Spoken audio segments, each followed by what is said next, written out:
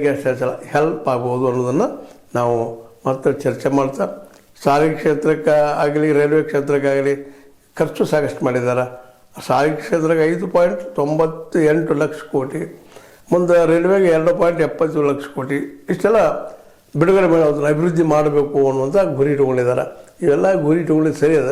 ಇನ್ನು ಅವಕ್ಕೂ ದುಡ್ಡು ಮುಟ್ಟಿ ಅವೆಲ್ಲ ಯಶಸ್ವಿಯಾಗಿ ಕಾರ್ಯನಿರ್ವಹಿಸೋದು ಯಾವಾಗ ಅನ್ನುವಂಥದ್ದು ಪ್ರಶ್ನೆಗಳದಾವ. ಲಾಸ್ಟ್ ಇಯರ್ ಆಗಲಿ ಹಿಂದಿನ ಇಯರ್ ಆಗಲಿ ಯಶಸ್ವಿ ಆಗಿಲ್ಲ ಅನ್ನೋದು ಸಾಕ್ಷಿಗಳಿದ್ದಾವೆ.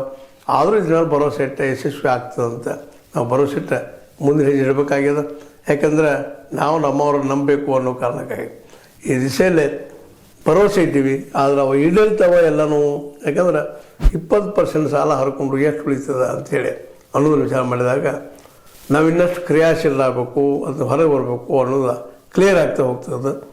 ಎಲ್ಲ ನೆರವೇರಿಸಲ್ಲ ಏನೂ ಇರಲಿ, ದೂರದೃಷ್ಟಿ ಬಜೆಟ್ದಲ್ಲಿ ಅದನೋ ಇಲ್ಲವೋ, ಆದರೆ ಈ ಬಜೆಟ್ ನಿಶ್ಚಿತವಾಗಿಯೂ ಎಲ್ಲರಿಗೂ ಒಂದಿಷ್ಟು ಮುಟ್ಟಿಸುವಂಥ ಕೆಲಸವನ್ನು ನಮ್ಮ ನಿರ್ಮಲಾ ಸೀತಾರಾಮನ್ ಮಾಡಿದ್ದಾರೆ.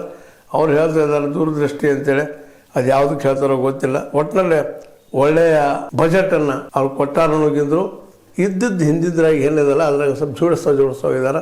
ಇವತ್ತು ಎಲ್ಲ ರಾಜ್ಯಗಳು ತ್ರಾಹಿ ಆಗ್ತಾ ಇದ್ದಾವೆ ಅನ್ನೋದು ಅಷ್ಟು ಸತ್ಯ ಅಂತ ಹೇಳ್ತಾ, ಇದು ನೀವು ಲೈಕ್ ಆಗಿರ್ಬೋದು. ಲೈಕ್ ಮಾಡಿ ಶೇರ್ ಮಾಡಿ ಕಮೆಂಟ್ ಮಾಡಿ ಜೊತೆಗೆ ಸಬ್ಸ್ಕ್ರೈಬ್ ಮಾಡಿ. H16 ನ್ಯೂಸ್ ಅರ್ಥಾತ್ ಹೇ ಸಿದ್ದರಾಮಯ್ಯ ಸತ್ಯದ ಕೈಗೆ ನಡಿ ವಂದನೆಗಳು.